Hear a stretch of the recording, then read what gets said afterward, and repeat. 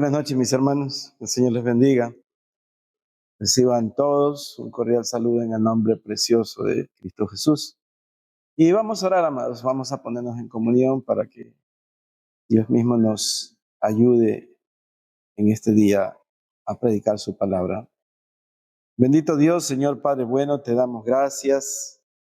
Oramos, Señor, en el maravilloso nombre de tu Hijo amado, creyendo siempre, Señor Padre, que todo lo que te pidiéremos en oración, creyendo, tú lo harás. Creemos, Señor, tu palabra es real, que donde están dos o más reunidos en tu nombre, allí estás tú, Señor. No te podemos ver, Señor, pero te podemos sentir. Podemos sentir tu presencia, Señor, porque en tu presencia hay plenitud de gozo y delicias a tu diestra para siempre, Señor. Gracias por este día, gracias por todos mis hermanos, gracias por todas las familias que nos ven a través del internet, Señor. Oh Dios, Señor, ahora te ruego que perdones todo pecado que hayamos cometido, Señor, porque no hay hombre justo sobre la tierra que haga el bien y no peque.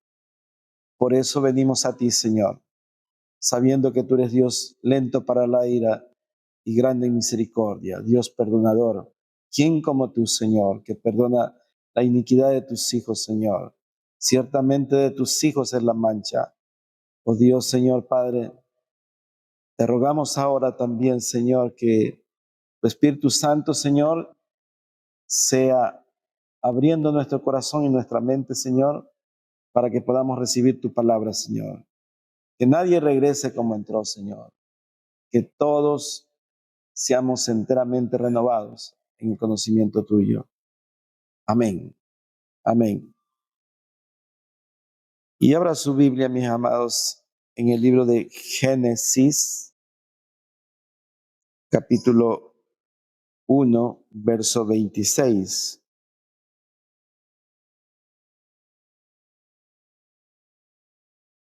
Continuamos con el tema de Cristología.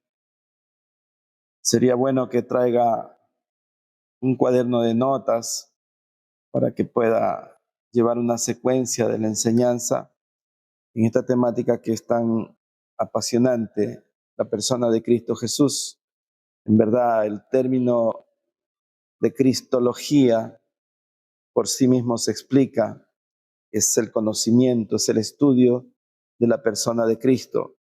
Y vamos a ver, amados, las diferentes formas, las etapas por las que Dios se manifiesta, de tal forma que poco a poco Dios, siempre queriendo acercarse al hombre, hace cosas que para muchos ni siquiera lo han pensado, pero Dios lo ha expresado en su palabra para que conozcamos todas las formas, todas las maneras, cómo Dios siempre se acercó al hombre.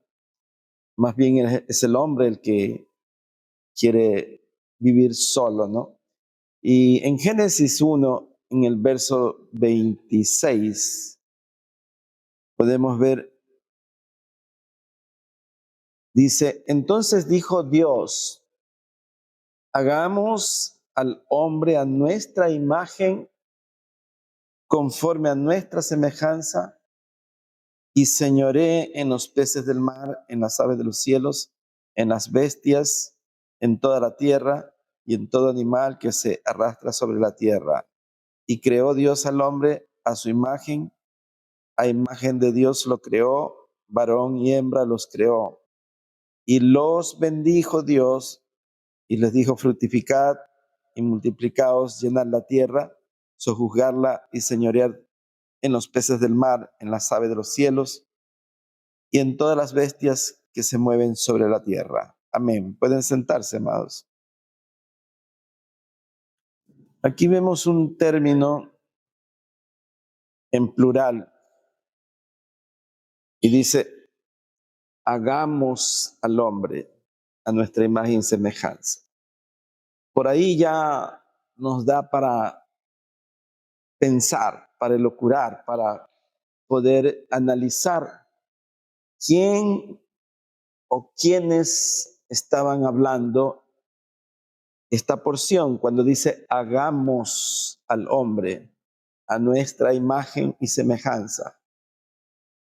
Por lo menos habían dos, aunque por la escritura ya vamos a ver que eran los tres. Entonces vemos que esto es algo formidable, ¿no? Solo con este versículo podemos entender que el hombre fue creado, que el hombre fue creado como hombre, no fue creado como una especie inferior y que por los miles de años que dice la gente, los científicos, no es por los miles de años o cientos de años que hayan pasado que el hombre ha llegado a erguirse como un hombre. No, el hombre fue hombre desde el Génesis. No era un mono, no era un chimpancé, no era un reptil, no era un anfibio, no era un ave. El hombre es presentado aquí como hombre. No cabe la menor duda que el diseño de Dios eh, es maravilloso, porque imagínense ustedes, amados, para diseñar algo se requiere cierto orden e ideas y pensamientos y un modelo a seguir. Y aquí tenemos, amados, algo esencial. Es verdad que Dios es espíritu, si nos ponemos a analizar, pero Dios puso en el hombre la imagen y semejanza, concibió un cuerpo de una manera extraordinaria, porque si usted analiza el orden de el cuerpo estructurado por una cabeza, un tronco, extremidades, ojos, oídos, con una serie de funciones, cada una inherentes a ciertas cosas particulares, por ejemplo, el ojo para ver, el oído para escuchar, la boca para hablar, la boca para saborear los distintos alimentos. Vemos que es la perfección, amados.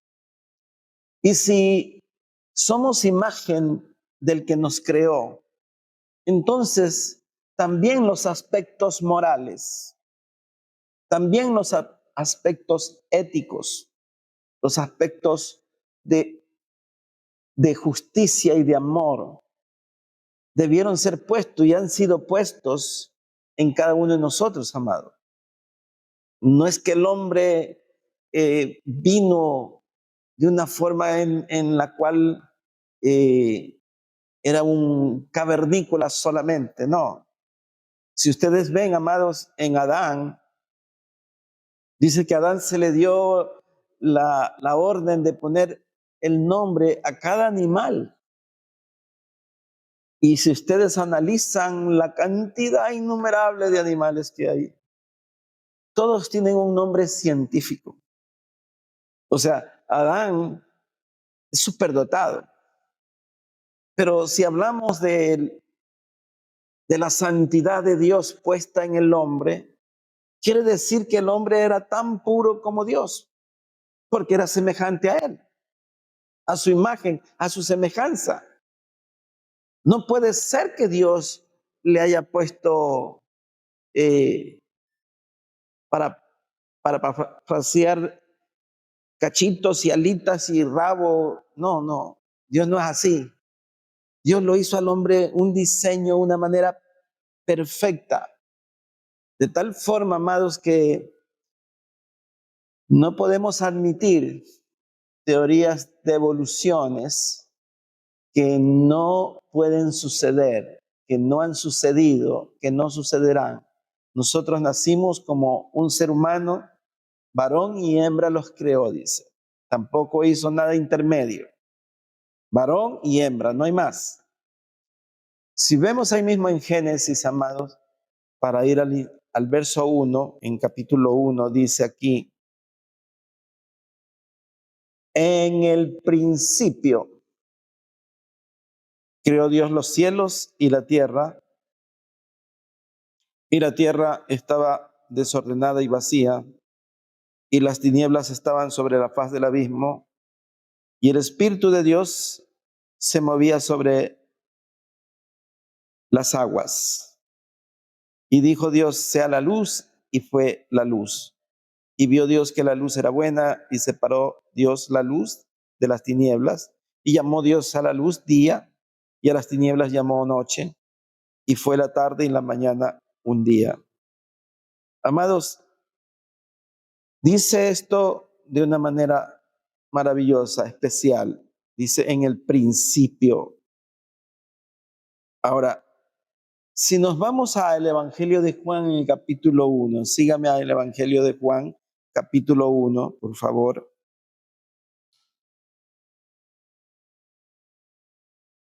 Vemos una remembranza del principio. Dice, en el principio era el verbo, y el verbo era con Dios, y el verbo era Dios. Este era en el principio con Dios. Verso 3, remarque, todas las cosas por Él fueron hechas, y sin Él nada de lo que ha sido hecho fue hecho. En Él estaba la vida, y la vida era la luz de los hombres. Entonces, amados, aquí dice, en el principio era. Significa que en el principio ya era el verbo. O sea, ya estaba. El principio es de la creación de nosotros, no de la creación de Jesucristo. Más bien Jesucristo dice aquí que es el creador. Si lee bien esto, en el verso 3 dice, todas las cosas por Él fueron hechas y sin Él nada de lo que ha sido hecho fue hecho. Y añade, en Él estaba la vida y la vida era la luz de los hombres. O sea, es Jesucristo el que da vida. Jesucristo es el creador. Jesucristo es el Señor de toda la creación. Jesucristo era en el principio, o sea, ya Él era. Cuando usted lee en el libro de Apocalipsis, dice, el que era, el que es y el que ha de venir. O sea, el eterno, siempre eterno. No hay otra forma de conceptualizar. En verdad, tenemos que analizar que hay un principio de la creación y un antes de la creación, lo que podemos decir lo pre-adámico. O sea, antes de que Adán nazca, ya había una conferencia diciendo, hagamos al hombre a nuestra imagen y semejanza. Amados, esto de aquí es la base fundamental de nuestra fe. El creyente debe de creer esto, amados, de manera inamovible, indiscutible, no hay por dónde perdernos. Está bien diseñada la palabra para que podamos acogerla en nuestro corazón y digamos, bueno, en el principio era ya Él era antes de todas las cosas, antes de todo lo que fue hecho, dice aquí, dice, todas las cosas por Él fueron hechas y sin Él nada de lo que ha sido hecho fue hecho. Entonces, esto de aquí nos lleva a un conocimiento altísimo, amados. Aunque es sencilla la palabra, tiene una injerencia y eh, una connotación profunda en, en la fe. El Papa que falleció no hace mucho hizo una publicación a inicios de año del del 23 y dijo, no, el Génesis es un libro que no es real 100%. ¿Por qué, amados? Porque con un solo corte quieren sacar todo el Génesis, cuando lo más importante de todo es el nacimiento de las cosas, es de dónde salen, de dónde provienen, quién las hizo, cómo las hizo, cuál fue el concepto de la creación del hombre, cuál fue el espíritu que Dios quiso que exista en cada uno de nosotros, amado. Puso lo bueno de él, puso su santidad, puso su justicia, puso criterio para que el hombre pueda entender y distinguir entre lo que es luz y lo que es tinieblas. Y lo hace ver de una manera sencilla. Y tenemos que conocer, amados, quién era en el principio. Si ustedes leen aquí, amados, porque Dios hace algo especial para acercarse al hombre, amados. Establece, ya una vez que está creado el hombre por sí solo empezó a hacer ciertos pactos entre hombres. Y en la antigüedad, muy en la antigüedad, era una costumbre que un pueblo con otro pueblo se unía para ofrecerse un mutuo respaldo ante otros pueblos. Y el mayor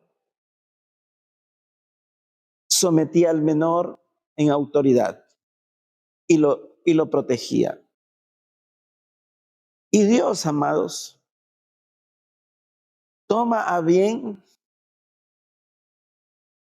hacer una alianza con el hombre para que esa alianza, amados, sea de tal forma que Él sea nuestro protector.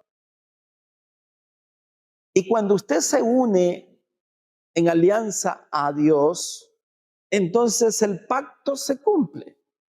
El mayor protege al menor.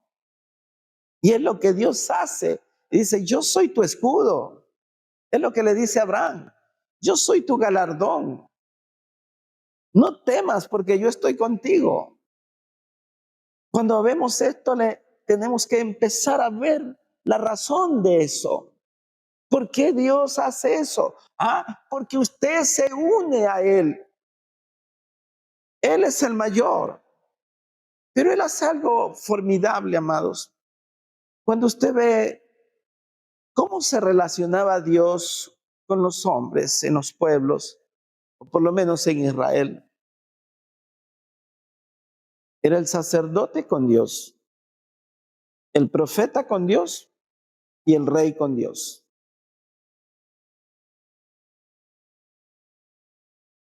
Y Dios dice que envía a su Hijo para que el Hijo se haga carne, o sea, para que el Hijo se haga hombre. Y establece el mismo Señor Jesucristo una expresión que dice el Hijo del Hombre. ¿Por qué? Porque nace de una mujer. Por eso es llamado Hijo de Hombre. ¿Pero para qué? Para Él mismo representarnos a nosotros. Pero ¿qué hace adicionalmente a eso? Para Él mismo ser nuestro Dios y guardarnos a nosotros. Entonces Él cumple tres roles. Él es el sacerdote, Él es el profeta y Él es el rey. Él es el león de la tribu de Judá.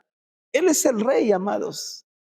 Entonces, si vemos aquí en el Evangelio de Juan, en el capítulo, en el versículo 1, dicen, en el verso 10, capítulo 1, verso 10, dice, en el mundo estaba y el mundo por él fue hecho,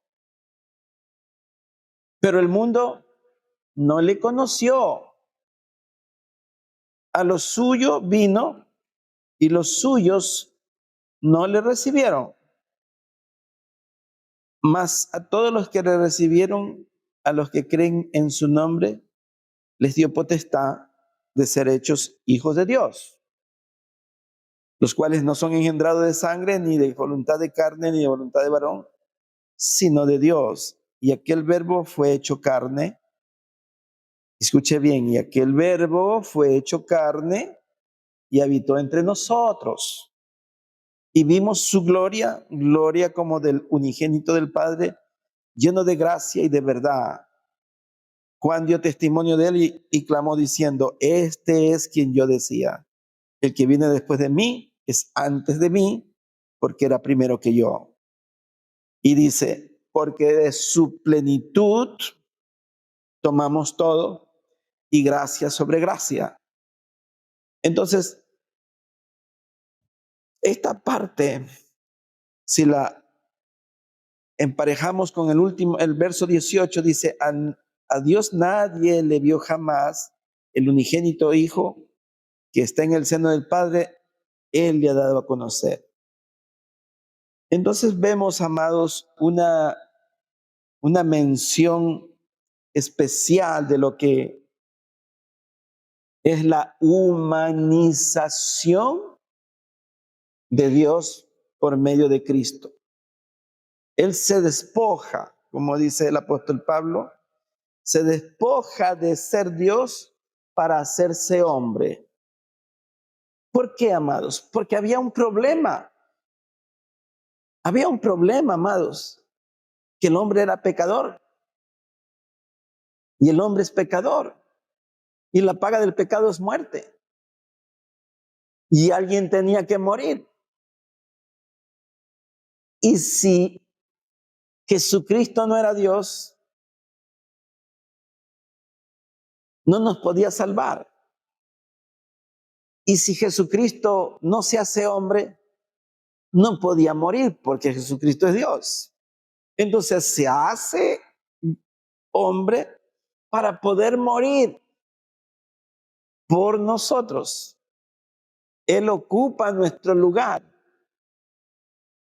y toma la forma de siervo. Se pone en la cruz, pero si la paga del pecado es muerte, Él no debía levantarse de la tumba. Pero como era Dios y es un Dios 3 veces santo, los lazos de la muerte no lo podían retener en la tumba, porque Él es Dios, porque Él es santo. Entonces entendemos por qué el Dios Altísimo se hace hombre, se humaniza. ¿Para qué? Para poder morir, para que se cumpla la palabra, que la paga del pecado es muerte. Entendemos por qué Dios dice, no temas porque yo estoy contigo, porque Él hace una alianza con aquel que cree en Él. Entonces dice aquí, a los suyos vino, mas los suyos no le recibieron, mas a todos los que le reciben se les ha dado una potestad de ser llamados hijos de Dios.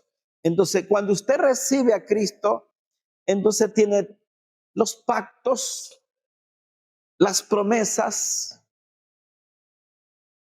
las bendiciones que Dios quiere darle a usted. Entonces tiene grandísimas promesas.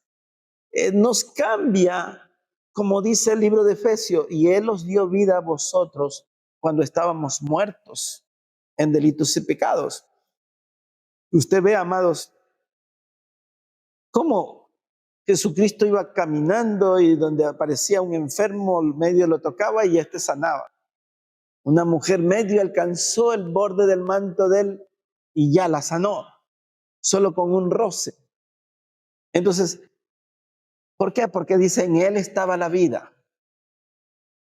Entonces, cuando nosotros recibimos a Cristo, recibimos vida. como dice Primera de Juan, el capítulo 5, dice, el que tiene al Hijo, tiene la vida. Y el que no tiene al Hijo, no tiene vida. En el Evangelio de Juan, el capítulo 5, dice, ¿y no querés venir a mí para que recibáis vida? Entonces, esa parte es la que va abriendo el pensamiento de nosotros para abundarnos en una sabiduría celestial, para que entendamos cómo tenemos que presentarnos, cómo hemos de alabarlo, cómo hemos de dar gracias a Dios, cómo debemos estar tan, pero tan agradecidos que Él ha hecho todo por nosotros. Murió, amados, se hizo hombre. Y no es que la vino a pasar de alivio, no vino de vacaciones, no vino a hacer un tour.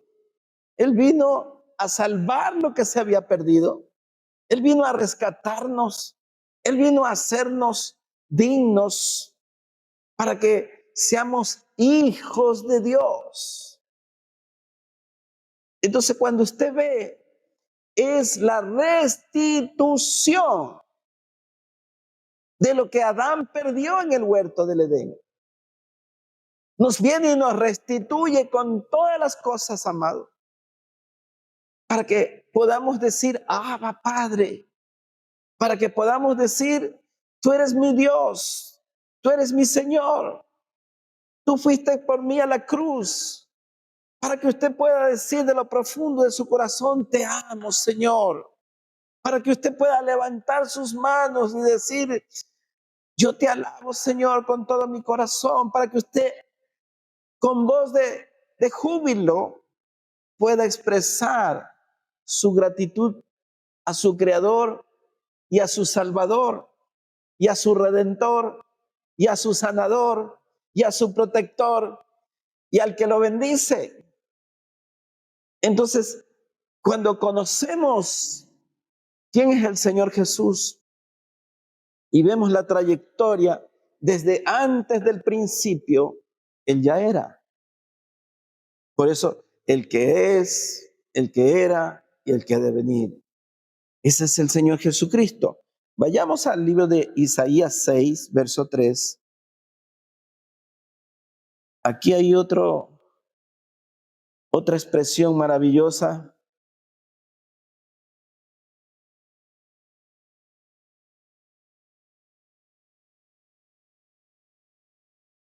En Isaías 6:3 dice, 6:2 para entender, dice, por encima de él habían serafines, cada uno tenía 6 alas, con 2 cubrían su rostro, con 2 cubrían sus pies y con 2 volaban. Y el uno al otro daba voces diciendo, Santo, Santo, Santo, Jehová de los ejércitos, toda la tierra está llena de su gloria. Y usted ve, amados, lo que ocurre con el profeta, amados, porque el profeta hace una expresión muy especial, dice, y los quinciales, o sea, las bisagras de la puerta se estremecieron con la voz del que clamaba, y la casa se llenó de humo. Entonces dije, ay de mí, que soy muerto, porque siendo hombre inmundo de labios y habitando en medio de pueblo de labios inmundos, mis ojos han visto al Rey, Jehová de los ejércitos. Y dice que voló hacia mí uno de los serafines teniendo en su mano un carbón encendido tomado del altar con unas tenazas. Y tocando con él sobre mi boca, dijo, he aquí, esto toco tus labios y es quitada tu culpa y limpio tu pecado. Miren lo que hace Dios, amado. Lo primerito es limpiarlo. Dice que tomó del altar con unas tenazas un carbón encendido y se lo puso en la boca. Y dice, aquí que es quitada la culpa. ¿Sabe por qué, amados? Porque lo único que nos separa de Dios es el pecado. Cuando estamos libres de pecado, entramos a la misma presencia del Señor. Y Dios quería hacer algo, amados, pero también Él espera en nosotros una respuesta, algo en especial. Y dice que el profeta estaba viendo algo, cosas celestiales estaba viendo, amado, no estaba viendo cosas eh, terrenales. Y dice en el verso 8, dice, después oí la voz del Señor que decía, ¿a quién enviaré? ¿Y quién irá por quién? Por nosotros, en plural, ¿ah? Entonces Isaías dice que respondió, yo, dijo, heme aquí, envíame a mí.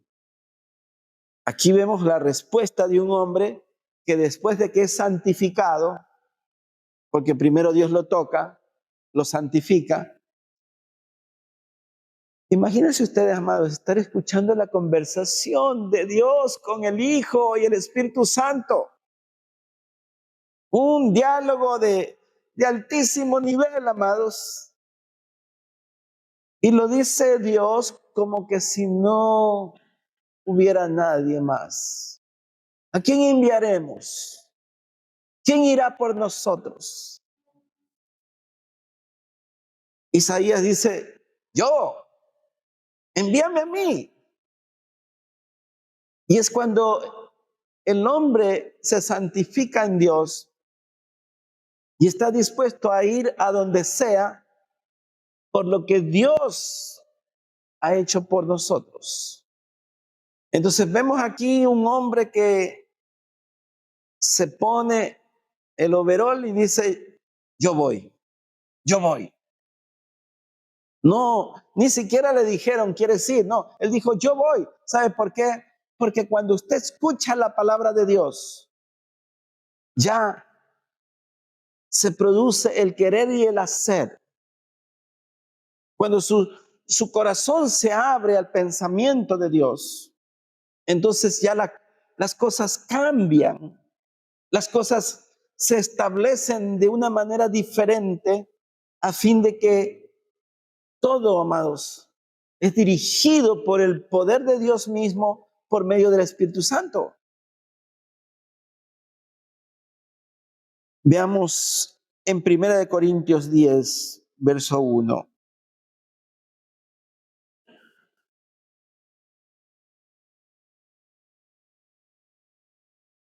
1 Corintios 10, verso 1 dice, el apóstol Pablo escribe así, porque no quiero, hermanos, que ignoréis que nuestros padres todos estuvieron bajo la nube y todos pasaron el mar. Y todos en Moisés fueron bautizados en la nube y en el mar. Y todos comieron el mismo alimento espiritual. Y todos bebieron la misma bebida espiritual, porque bebían de la roca espiritual que los seguía, y la roca era Cristo.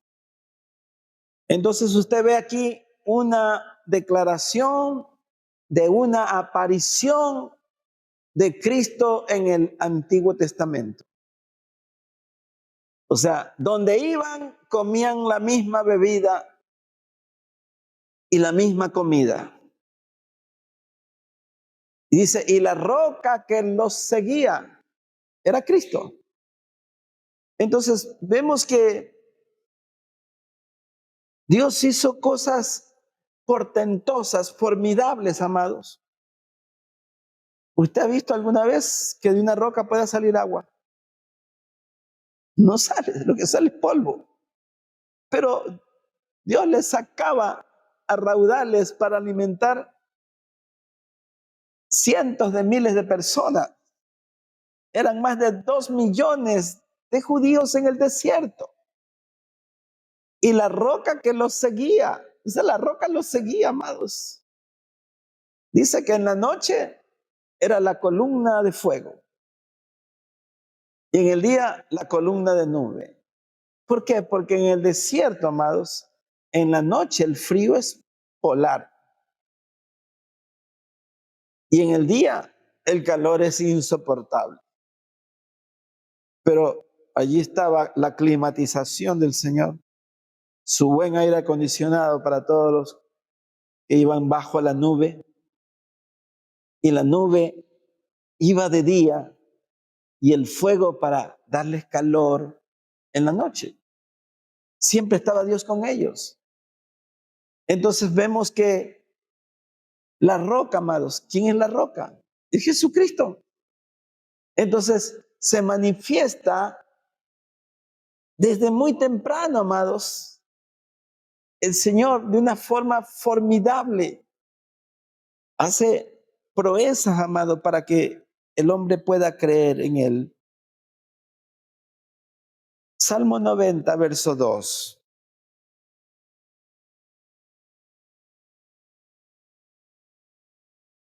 Vamos a leer el 1 y el 2, y el 3 y el 4. Dice, Señor, Salmo 90, verso 1. Señor, tú nos has sido refugio de generación en generación.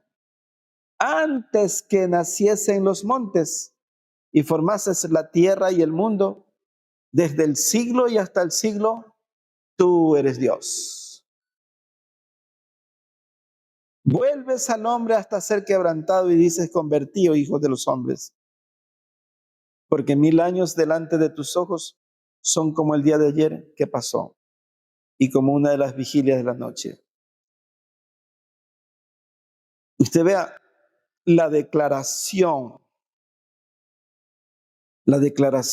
del salmista de quién es Dios, diciendo, desde el siglo y hasta el siglo tú eres Dios. Tú has sido nuestro refugio desde antes que naciesen los montes. Él ya era, amados. Entonces tenemos que ver porque ¿qué es lo que está pasando en el mundo, amados? Están tratando a toda costa de quitar a Cristo Jesús de la relación que tiene que tener el hombre con Cristo.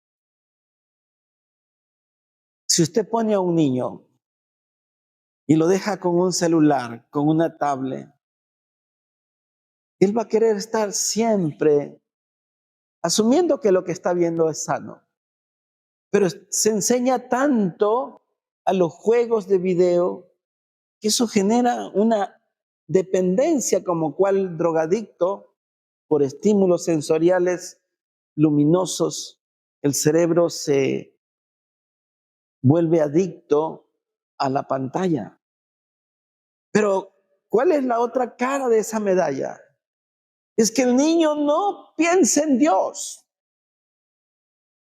que piensa en la Peppa Pig, en la vaca Lola y en todos esos superjueguitos que hay, que de paso son torcidos, ya ustedes saben lo que hacen, pero la idea es desarraigarles a ellos el pensamiento que pueda tener ese niño. ¿Qué cree que va a preferir el niño? ¿Que usted le lea una historia bíblica o él estar metido con Mario Bros, jugando juegos de agresivos de muñecos? Él quiere emoción, quiere adrenalina. Y amados, si usted le deja la tablet, él estará las 24 horas del día con la tablet y no lo dejará. No querrá ni comer, no querrá nada, solo querrá eso. Y entonces, ¿cuándo va a formarse una conciencia cristiana en un niño? Si él está tan distraído en sus primeros años de vida, y el problema es que cuando ya estamos grandes, ya nos volvemos incrédulos. Ya si usted no logró en los primeros 7 años hacer crecer la fe de uno de sus hijos, va a ser muy difícil más adelante. Puede pasar por la gracia y la misericordia de Dios, pero ya el niño no querrá, amados, no querrá. Por eso es que tenemos que ser interactivos con los niños,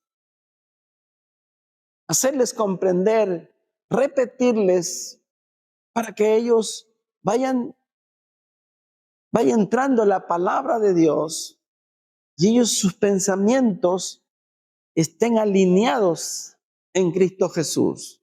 De lo contrario, crecerán y tendrán 14, 15, 16 años y ya ellos estarán en otra cosa. Ya verán juegos mayores. Ya tendrán cierta voluntad que será difícil someterlos. Ya no se puede. Y ahí tenemos una generación que estamos engendrando violenta. Ya empezó y ya se está perfeccionando en el asesinato. La mayoría de las muertes son producidas por menores de edad. Chicos de 16, 17, 18 años asesinando como con matamosca. Le da una pistola y ellos creen que están en el oeste y empiezan y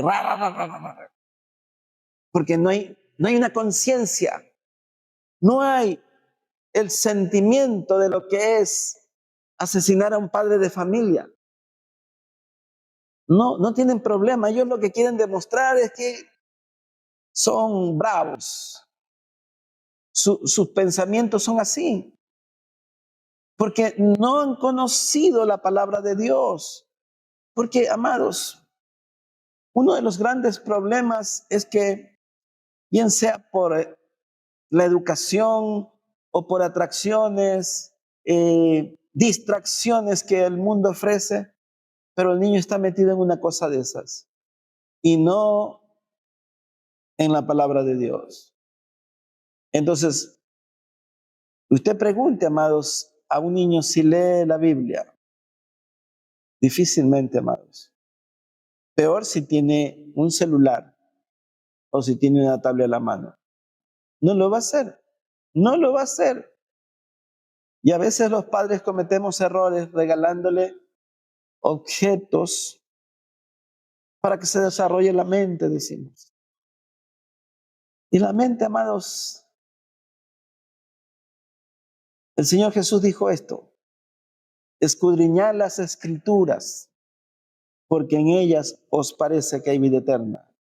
Entonces, el niño debe de pensar espiritualmente desde niño, a fin de que cuando crezca sea un jovencito espiritual.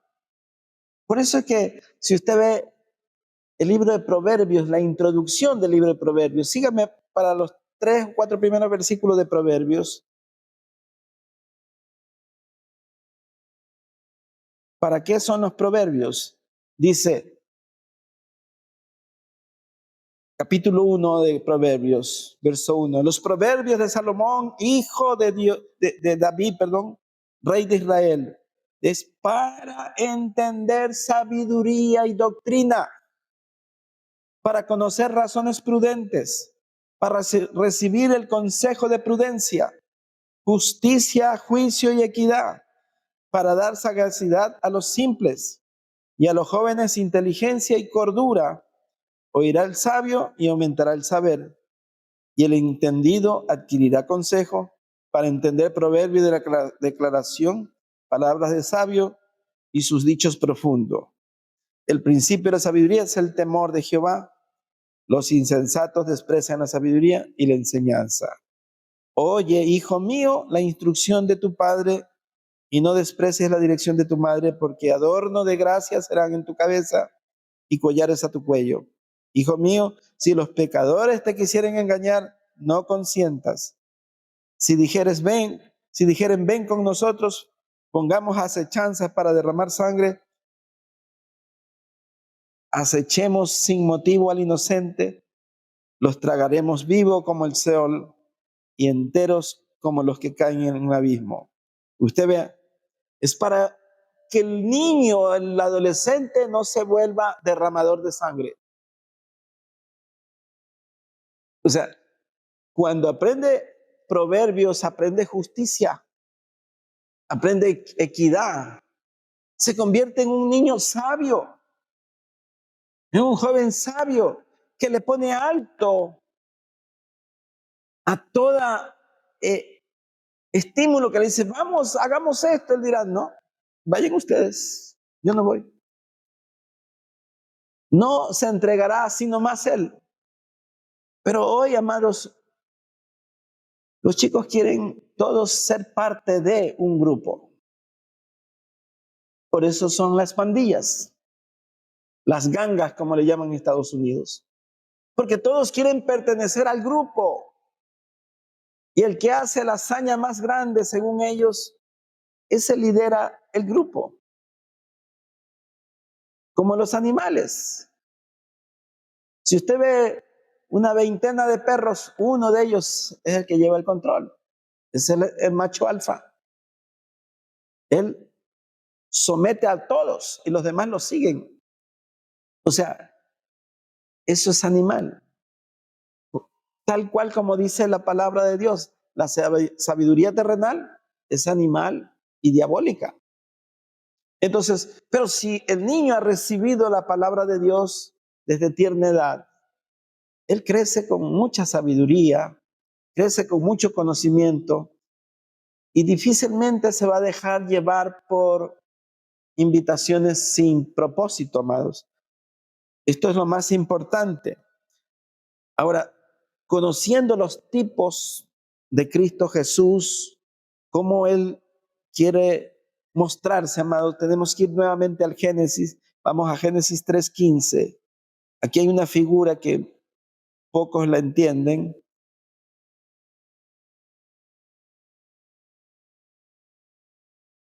Dice Génesis 3:15. Este verso es una promesa también. Y dice Dios, hablándole a Adán y Eva, y pondré enemistad entre ti y la mujer, y entre tu simiente y la simiente suya. Esta te herirá en la cabeza y tú le herirás en el calcañar. O sea, cuando usted recibe una herida en la cabeza, a Jesús le hirió el calcañar, la serpiente. Por eso fue a la tumba, pero fue una herida que para él no fue de muerte. Esa es la promesa que Dios puso. Pero es Dios el que declara la guerra con el mundo. Por eso la Escritura dice que la amistad con el mundo es enemistad con Dios. Entonces, bien claro, si usted ama más las cosas del mundo, usted vive enemistado con Dios. Vamos a ver en Juan 17:5. Mire cómo el Señor Jesús hace una declaración hablando de él. Dice, ahora pues, Juan 17:5. Dice, ahora pues, Padre, glorifícame tú al lado tuyo con aquella gloria que tuve contigo antes que el mundo fuese. He manifestado tu nombre a los hombres que del mundo me diste, tuyos eran y me los diste, y han guardado tu palabra.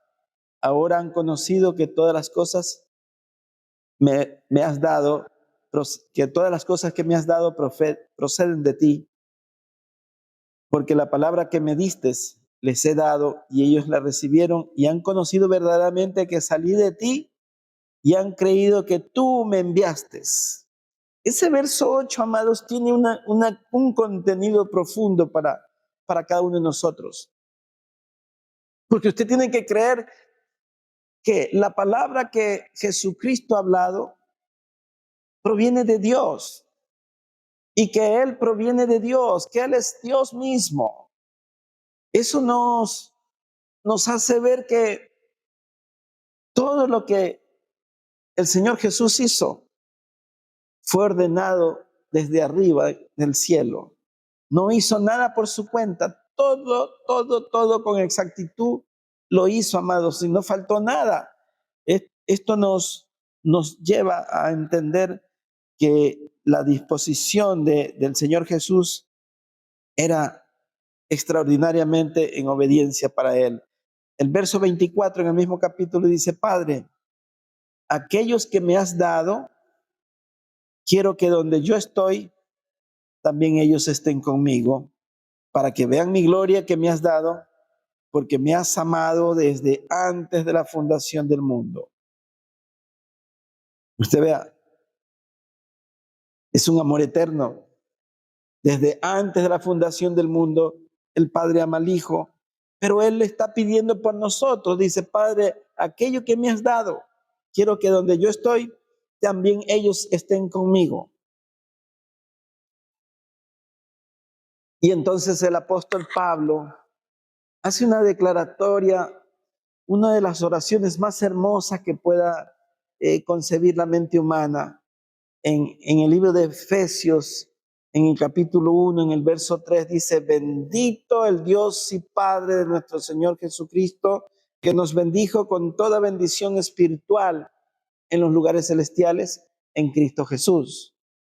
Entonces, a esto se refiere, Padre, donde yo estoy, yo también quiero que ellos estén conmigo, para que ellos vean la gloria que teníamos juntos antes de la fundación del mundo. O sea, el Señor Jesús quiere que usted y yo veamos su gloria. Dice, ellos han creído. Y ese es un requisito, amados. Porque, como dice la Escritura, Abraham creyó y le fue contado por justicia. O sea, todo requiere el creer en la palabra de Dios. Dice la Biblia que sin fe es imposible agradar a Dios. Que cuando agradamos a Dios es cuando le creemos, amado. Y cuando usted cree esta palabra, usted está integrándola, amados, en su corazón, pero también está siendo visto por Dios de que usted cree lo que Él dice.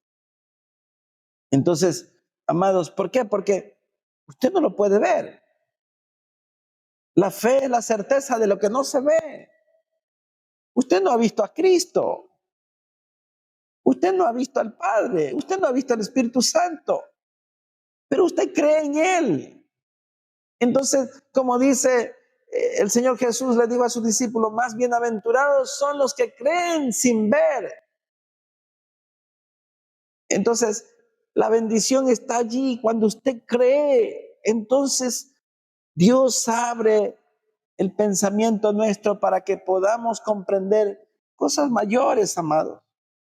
Cosas mayores, como dice el apóstol Pablo, cosas que ojo no vio, cosas que oído no escuchó, cosas que no han subido al corazón del hombre, son las que Dios tiene preparadas para los que le aman. Entonces veremos grandes cosas, pero todo es por medio de Cristo. Todo es entendiendo cómo es que se suceden las cosas, cómo Él empieza desde antes de la creación. El apóstol Pedro dice que la sangre de Cristo ya había sido sacrificada desde antes de la fundación del mundo. O sea, el plan de Dios ya estaba trazado. No es que a Dios le sorprendió algo. Dios ya lo sabía, hermanos. Por eso desde antes ya estaba el plan para salvar lo que se ha perdido. Entonces la alianza, amados, se cumple. Por eso es cuando cenamos decimos, esta sangre es el nuevo pacto, es la alianza. O sea, la sangre de Cristo nos une a Dios. Porque la alianza cesa cuando usted cree que la sangre de Cristo en la cruz es para limpiarlo. Entonces esa sangre opera en usted una salvación por el hecho de que usted cree que Él pagó sus deudas.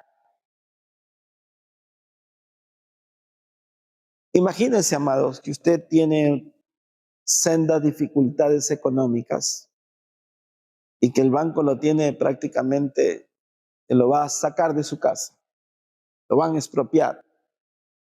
Y viene alguien y dice en el banco, aquí está la deuda.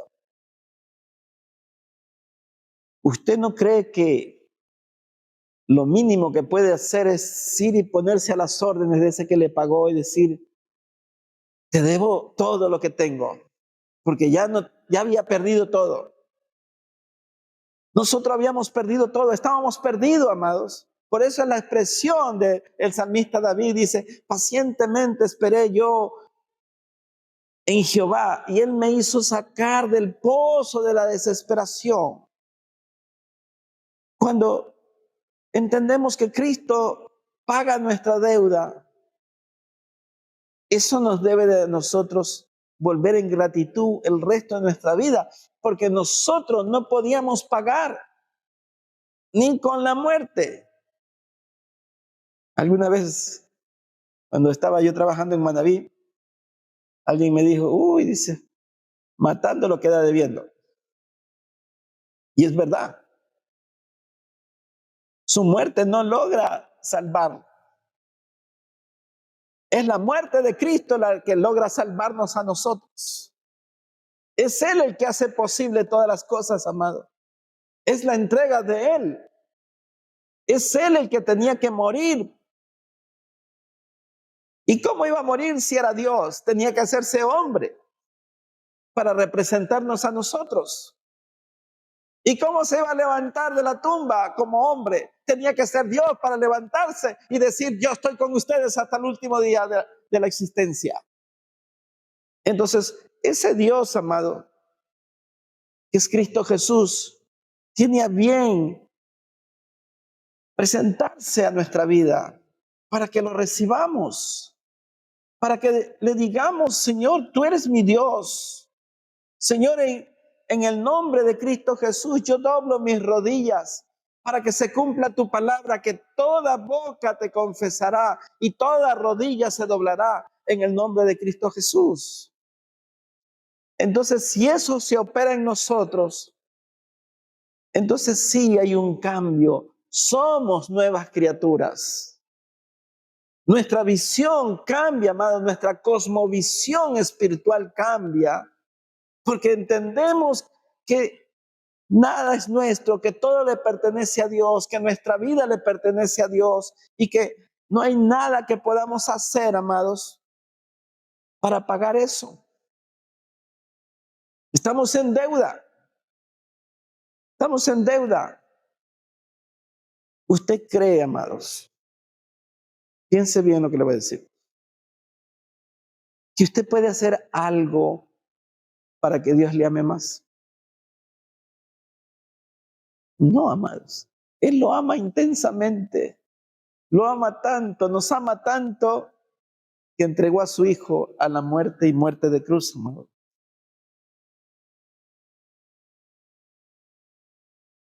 Vayamos a Filipenses, la declaración de los apóstoles, Filipenses 2, verso 6.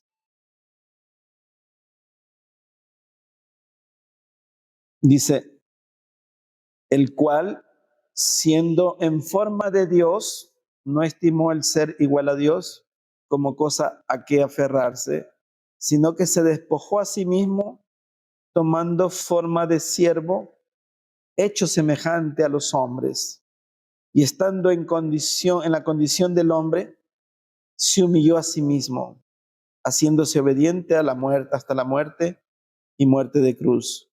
Por lo cual, Dios también lo exaltó hasta lo sumo y le dio un nombre que es sobre todo nombre, para que en el nombre de Jesús se doble toda rodilla de los que están en los cielos, en la tierra y debajo de la tierra, y toda lengua confiese que Jesucristo es el Señor, para gloria del Dios Padre. Usted vea, toda boca confesará, arriba en los cielos, aquí en la tierra y debajo de la tierra. Ustedes saben quiénes están allá abajo. Aún en el infierno se van a doblar y van a confesar quién es Cristo Jesús, aunque para ellos era tarde. Porque la palabra de Dios lo dice así. Toda rodilla se va a doblar. Y es mejor que la doblemos ahora. Colosenses 1:15.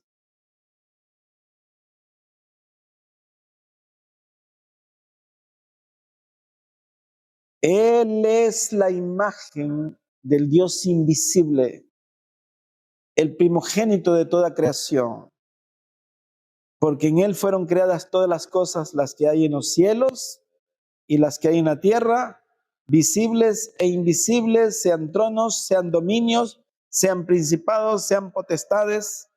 Todo fue creado por medio de Él y para Él. Y Él es antes de todas las cosas. Y todas las cosas en Él subsisten.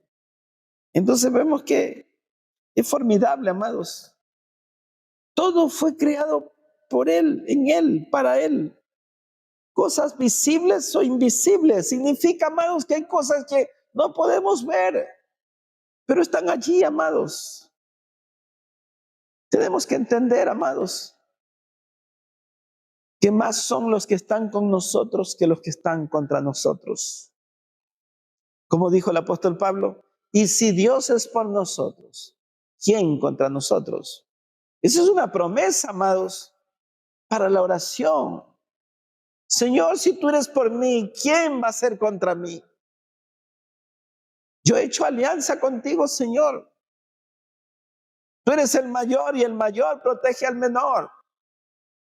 No me desampares, Señor. Tú eres mi pronto auxilio, tú eres mi socorro. Tú eres mi refugio, Señor. Tu palabra dice, Señor, que el que habita al abrigo del Altísimo morará bajo la sombra del Omnipotente. Diré yo a Jehová, esperanza mía, castillo mío, mi Dios, ¿en quién confiaré? Él me librará del lazo del cazador, de la peste destructora. Usted podrá decir, aunque un ejército acampe contra mí, no temeré mal alguno, porque tú estás conmigo. Esa es la alianza. Entonces, su autoestima espiritual, usted la levanta. ¿Sabe por qué? Porque usted puede decir, yo soy un hijo de Dios. Él me compró. Yo le pertenezco. Soy propiedad de Jesucristo. Tengo el sello de Él, el Espíritu Santo en mi corazón. Él ha hecho grandes cosas para que yo sea salvo. Él fue a la cruz por mí. Entonces usted está ratificando su alianza, su fe, y está viendo la figura de Cristo Jesús desde la eternidad, desde antes de la creación, durante el tiempo, el peregrinar del hombre en la tierra. Dios siempre se ha ido manifestando. Esto es algo extraordinario, amados. Vayamos al libro de Hebreos, capítulo 1, verso 2, para que usted vea cómo va cambiando esto de una forma que se enfoca en Cristo Jesús. Hebreos capítulo 1, verso 1 dice, Dios hablando muchas veces, escuche bien, hablando muchas veces y de muchas maneras, en otro tiempo a los padres por los profetas, en estos postreros días nos ha hablado por el Hijo, a quien constituyó heredero de todo y por quien asimismo hizo el universo. O sea, ¿por medio de quién nos está hablando? Por medio del Hijo. Nos está haciendo entender por medio del verbo, de la palabra. En el principio era el verbo y el verbo era Dios y el verbo era con Dios y el verbo se hace hombre. Dice el Evangelio de Juan en el capítulo 1, verso 14, dice,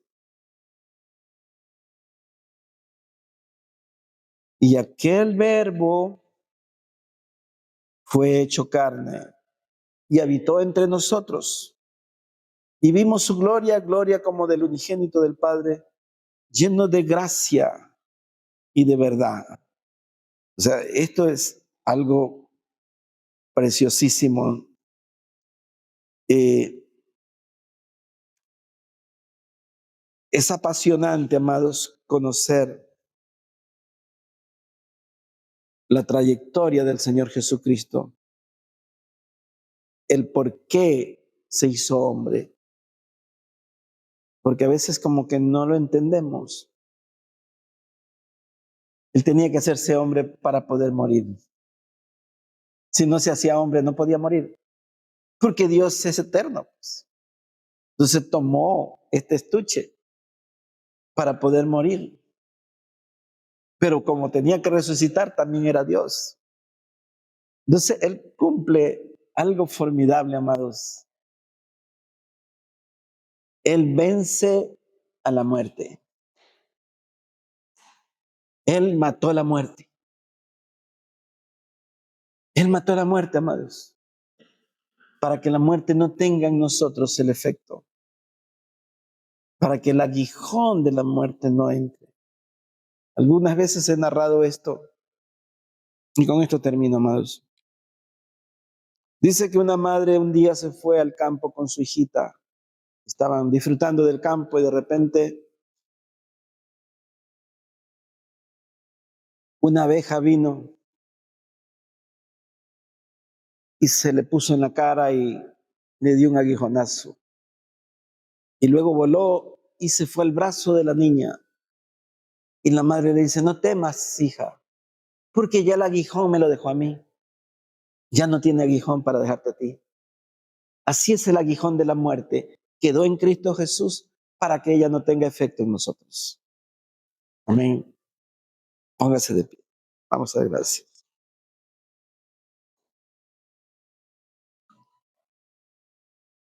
Oh, amado Dios, Señor, Padre bueno. Oramos, Señor, y te damos gracias por tu palabra. Gracias porque ella nos edifica. Ella nos santifica, Señor. Gracias por lo que tú hiciste por nosotros en la cruz, Señor. Te pusiste como hombre, Señor, para poder morir y para podernos salvar, Señor, de la muerte eterna. Hoy entendemos, Señor, los propósitos tuyos y te damos gracias, Señor, porque siempre tú haces perfectas las cosas, Señor.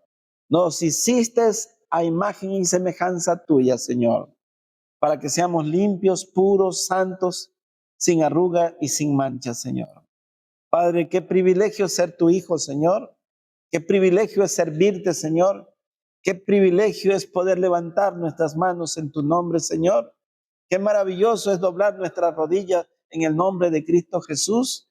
Qué maravilloso es que nuestra boca confiese que Jesucristo es el Señor. Qué hermoso es decir, Señor, te amo, porque tú eres bueno, Señor. Te bendecimos, te glorificamos, te exaltamos, te damos toda gloria, toda honra, toda majestad, porque tú vives por los siglos de los siglos, Señor. Te amamos, Señor, porque tú nos amaste primero. Bendito sea tu nombre, Señor. Amén. Bien, mis amados, vamos a orar para ser despedidos. Padre bendito, Señor, te damos gracias. Gracias, Señor, por tu palabra. Ella nos alimenta, nos sostiene, nos edifica, nos fortalece, Señor. Gracias, Señor. Bendito sea tu nombre, Señor. Desde el siglo y hasta el siglo tú eres Dios.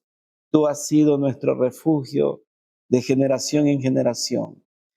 Padre amado, ahora que salimos de este lugar, te rogamos, Señor, que el ángel de Jehová que acampa alrededor de los que te temen, nos guarde y nos defienda. Llévanos, Señor, con bendición a nuestros hogares. Y los que confían en Jehová son como el monte de Sión, que no se mueven, sino que permanecen para siempre. Salmo 125, versículo 1. Y el pueblo de Dios dice, estamos despedidos, mis hermanos. Que el Señor los bendiga.